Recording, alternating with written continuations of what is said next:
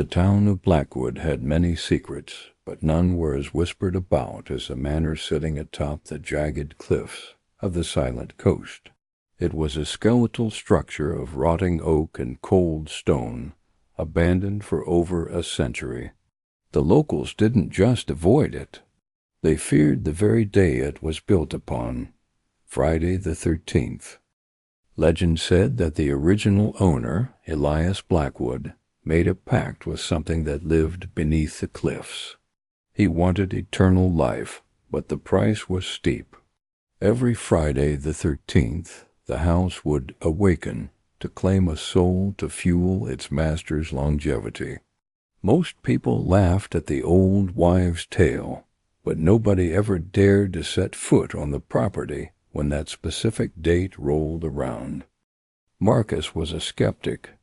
To him, horror was just a business, a way to gain followers and hit those elusive watch hours for his channel. Standing at the rusted iron gates with his camera rig and a heavy-duty flashlight, he looked into the lens and grinned. "What's up, everyone? Welcome back to another NightPulse investigation," Marcus whispered, his voice echoing in the still night air. "It's officially Friday, the 13th. While the rest of the world is hiding under their blankets, we're going inside the house that supposedly eats people. Don't forget to subscribe if you want to see if I make it out alive." The chat on his screen was a blur of red emojis and warnings. "Get out now," one user wrote. "The bells haven't rung yet," said another. Marcus ignored them and pushed the gate open. The screech of rusted metal sounded like a woman screaming in the distance. The moment Marcus stepped over the threshold, the temperature dropped. His breath hitched in the air, forming a ghostly mist.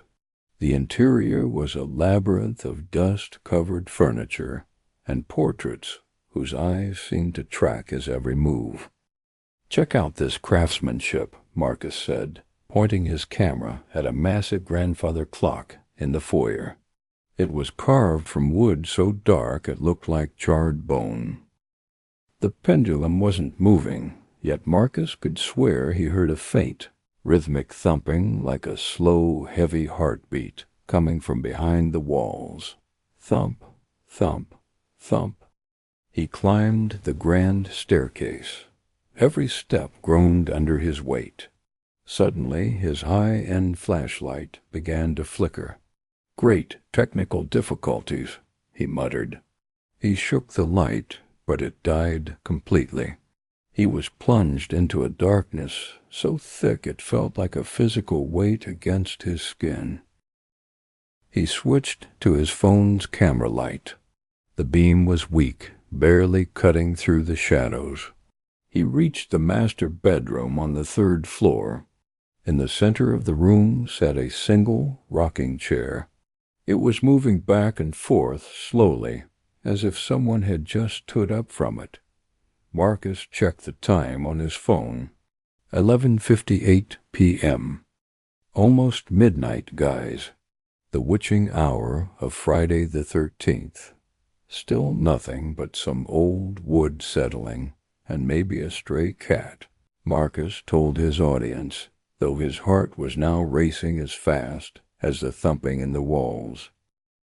Suddenly the grandfather clock downstairs began to chime. 1. The sound was a deep metallic groan that vibrated in Marcus's teeth. 2. The rocking chair stopped moving. 3. A wet, dragging sound started in the hallway outside. Step, drag, step, drag, 7, 8, 9.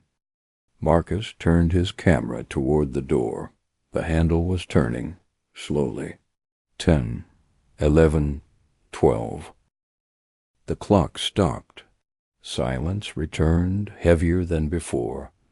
Marcus exhaled a long breath he didn't know he was holding. 12 chimes. See? I told you it was just bong. A 13th toll erupted through the house. It wasn't the sound of metal on metal. It was the sound of 1,000 voices screaming in unison. The bedroom door flew open. A figure stood there impossibly tall, its limbs elongated and twisted like tree roots. It wore the tattered remains of a tuxedo, but where its face should have been, there was only a jagged hole lined with needle-like teeth. Marcus froze. He tried to run, but his feet felt like they were fused to the floorboards. The figure didn't walk. It glided, the dragging sound now revealed to be its long, sharpened fingernails scraping against the wood.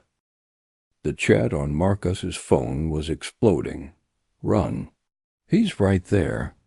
Oh God, look at the eyes. But there were no eyes. Just the void. The creature reached out, its cold, gray fingers wrapping around Marcus's throat. Marcus's camera fell to the floor, still broadcasting. The last thing the viewers saw was Marcus being pulled backward into the darkness of the hallway, his heels scraping against the floor until the sound faded into the distance. The clock struck 13 once more, and then the house went silent. The next morning the police arrived after hundreds of viewers called in.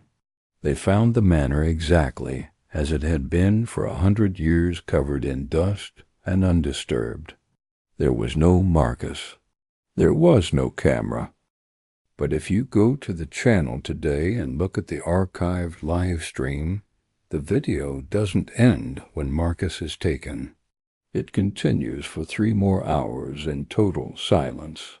And if you brighten the frame at the very last second, you can see Marcus's face reflected in the glass of the grandfather clock. He isn't screaming anymore. He's just standing there, trapped behind the glass, waiting for the next Friday the 13th.